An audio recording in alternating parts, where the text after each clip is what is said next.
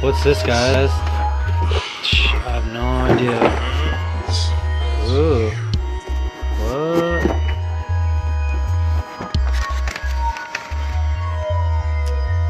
We'll show you what this is soon. Alright, finally, let's see what's in this box.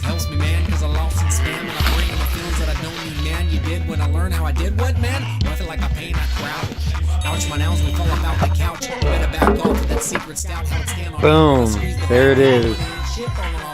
The next step up from the Pro Series to the Ultra Street Race. This is 1.87 liters. I'm running 1.97 liters.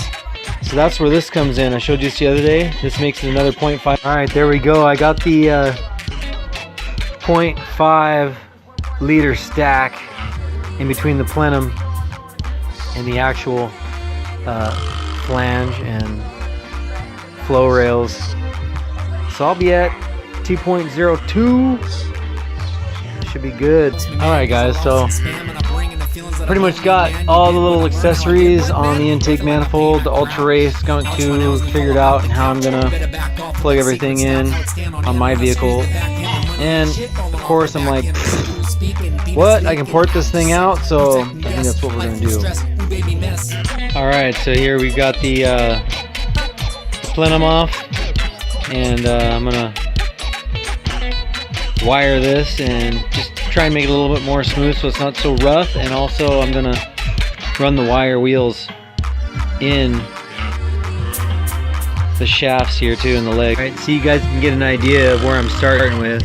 See how rough it is? See if we can just kind of knock down all these little bumps.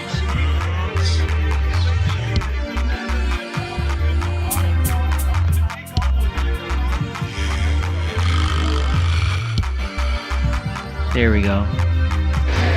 Alright guys, yeah, they're looking a little bit better. Smoother, that's for sure.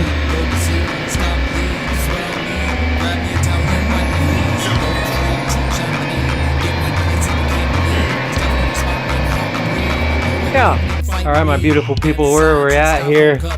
Like I told you previous video, we got the head back to the machine shop. Now it's time to get the thermal gasket sized up accordingly. This head actually got off eBay. Intake was already ported, so that was a big plus. So I'm going to make that oversized, and then I'll oversize. Alright, we got the thermal gasket all cut out, so there's no interference with the flow. Now it's time to transfer this over to the intake manifold. Yeah. Alright, you got it transferred over, and it's time to do some grinding on the intake manifold. Yeah, and actually you can see here, I need to make some adjustments to the thermal gasket here too, where it's interfering with the intake manifold. So we'll take care of that as well. Alright guys, got it ground out, opened up, and ready to flow some more. See when I get it up with the gasket there, we're not going to have any issues. Alright guys, I thought before I figured I was all done with this bad boy, I went ahead and I found this 6 grit flapper node. Went ahead and just honed everything out one more last time, and I'm feeling good about it too, because it's a lot smoother than it was before. Oh baby, yeah, look at that. Oh, something's on my lens. Fuck, looks good. Hit the plenum too. Much smoother. Maximum flow! Yeah! Alright, we got most of the Skunk2 Ultra Race manifold together. Yeah, time to set this thing aside. Okay, I started taking apart all the accessories that are attached to the intake manifold. Here we got to get the Pro Series 2 out. and get the Ultra in. Alright guys, so on the Ultra Race, Skunk2 Ultra Race manifold, I'm going to be running B18c head. Looks like I will be blocking the top water port. I think I'm going to put a little bit of lube on it, because it's not just sliding in. Let's see, got some spray silicone here. A little lube on this so it'll slide right in, so I don't damage the O-ring trying to slide it in there. Tight. I say it's tight. Oh, boy, oh boy. My goodness. That thing is tough to get in there. Holy smokes. 3 weeks later. Oh, man. Twist. It seems to be working. Twist it. Push. My gosh. Oh, boy. There, it looks like one of the O-rings was compromised, just trying to get it in there. First one took a mil off of it. Second one went in. I don't see any of the O-ring. Here's the first O-ring. The little sliver came off. Grommet there, but it's in there nice and flush. Alright, now for the coolant line connection. To lube it up too. Do the same thing. Try and spin it in there. Middle of the night, all uptight. Let me sit it straight when you do me. Well, I got a little bit of that lube on my glove. A slippery situation. Oh, man, spin you. You don't want to use steel pliers on billet, but just so I can spin it. There we go. Just a little spin. We got it in. So there we go, we got them both in. I got the block off bung. Actually, this is, so it'll be attaching like this. I got the lower part on the B18c1 cylinder head, VTEC cylinder head. And we got the port in, and because on the Ultra Race it's complements all B series cylinder heads, so that way if I want to switch back to B16 or whatever, I can just continue to use this manifold for any B series motor, B series cylinder head that I use for. Remember how everything goes in. We got our thermal gasket honed out. Honed the thermal gasket out. You can see in my earlier video there. Honed out the Skunk2 Ultra Race manifold to complement the size of the intake ports on the cylinder head. Just gotta remember where all my stuff hooks up to. So coolant and intake, coolant, intake. And this big dog will fit in here. This thing is huge. I'm gonna have to move a couple things probably to get it in there. Coolant, vacuum. Coolant. Okay, I think we're good there on that tip. Pressure line down there that put a little clamp on. I'd leave the block pressure, positive pressure box, I'll leave that in on the back of the block, but I have no issues with leaving it in and having more of positive crank pressure. I run lines off it accordingly to a catch can and the valve cover at the same time. I'm not sure if that helps more or less. You guys can write in the comments down below, but I haven't had any issues with it. I'm just looking at everything that's in here and making sure everything is 100% and happy. Well, I have it open like this and I can see what's going on in here. A chunk of hose and a couple clamps I'm not gonna need in here anymore. So let's get rid of that. Fight with me, hands and signs and styrofoam cups. What the fuck? Look at that butt. It's big as a truck on 28's what? It's big as my nuts when I talk that slut. Long dog dong, 16 candles, give me the cake and I'll beat. That way I can eliminate the connector and about 5 inches of breather line. Yak, yak, yak, yak, yak. I tap into my heater core for my coolant that goes to the Garrett turbo. No, I see a lot of guys, they don't run the coolant lines. I run the coolant lines. I want my turbos to stay efficient and last as long as possible, and they're designed to have coolant running through them, so I run the coolant through them. I tap into the heater core, run the lines around. You can see one right here that I tapped into the heater core, and I bring it around the engine down below the motor mount and keep it away from the timing belt. If you have the timing belt exposed like I do, I have top half of the timing belt cover. I used to run it closed. This will be the first time that I'm running it open. Zip tied my coolant lines, run into the turbo and my my oil feed line, and then zip tied them to the motor mount belt side to keep them clearing away.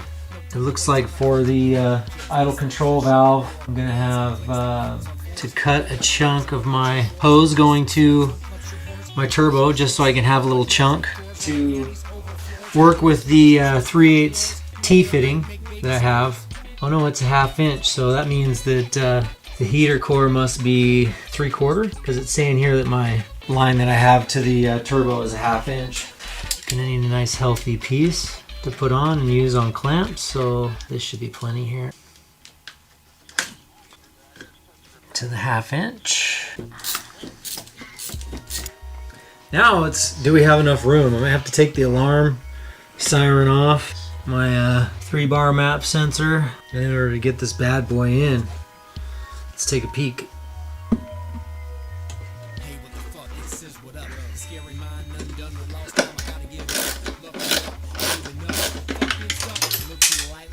Hydro line.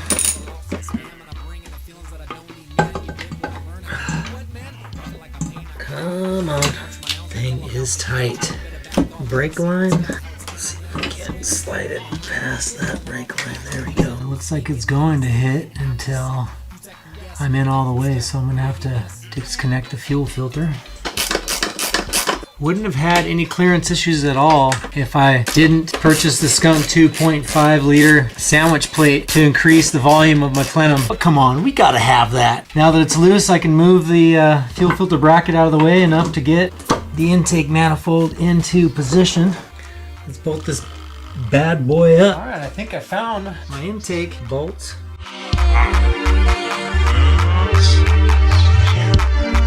It's gonna be a tight fit to work on these lines down here, I'll tell you what. I have to come up through the top here.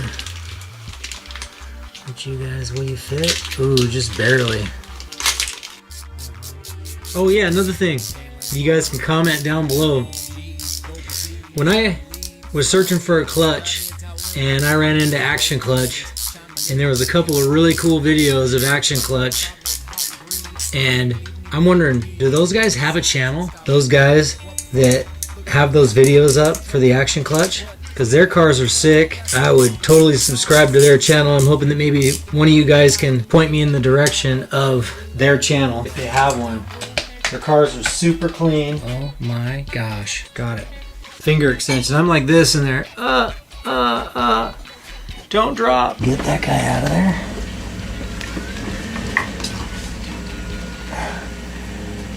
What else am I snagging on down here? Holy smokes. Well, I may have to release the hydro line for the clutch so I can get it back up on its mount, because this bad boy is super tight behind this plenum with the 0.5 liter sandwich thrashing on my IDs.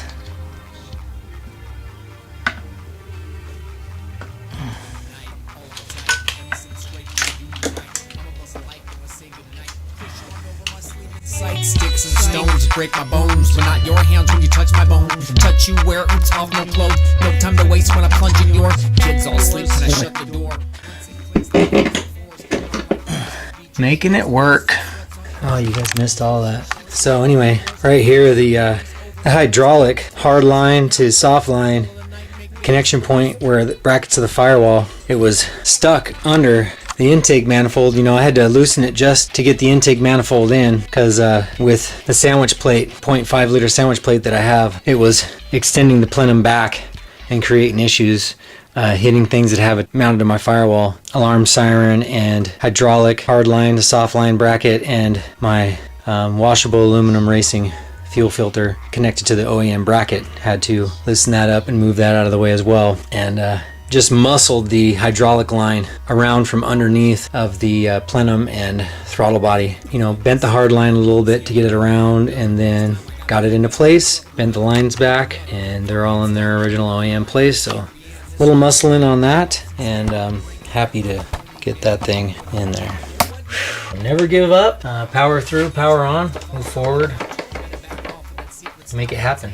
When I squeeze the back end, the money ain't shit falling off the back end. Residuals peaking, penis leaking. After sex, you second guess. Life will stress, ooh baby mess. That's that old S&S bargain. automatic start install from probably what, 2006? Wonder if he's upgraded his install methods. He probably has. I mean, it's over a decade ago. I'm sure he's, who knows, maybe they're the same. I don't know, that's why I do stuff myself. Yeah, we'll get that rewired up and happy to hook up to the 2 ports on the idle control valve blindly. Yeah! What's on the idle control valve? Success. It's gonna be nice to have an idle because I realized in changing this build that throttle body gasket did not have a hole in the correct location for the vacuum to work for the idle control valve. It was crap for a long time, and then finally got it to. I didn't know this. I didn't know that the gasket was blocking it, and after a while I had it so it would basically wouldn't idle until it was warm, and then finally it would idle. So that was my best case scenario, but I should have a solid idle now, because on the Ultra Race, Skunk2 Ultra Race, you have to use one of the vacuum ports on the back of the intake manifold instead of a slot that is behind the throttle body. If that's a good idea, I should probably use shoe goo because it has just a little fish mouth on it. So I put a little shoe goo on there, and that'll close that up. Start buttoning this thing up a little bit. That looks like a nice fit. On the Pro Series 2 with this particular fuel rail, I had to put a stack on my bolts, which looks like I might have to do the same thing. I think I'm going to stack them anyway, which I could go to Champion Bolt Supply and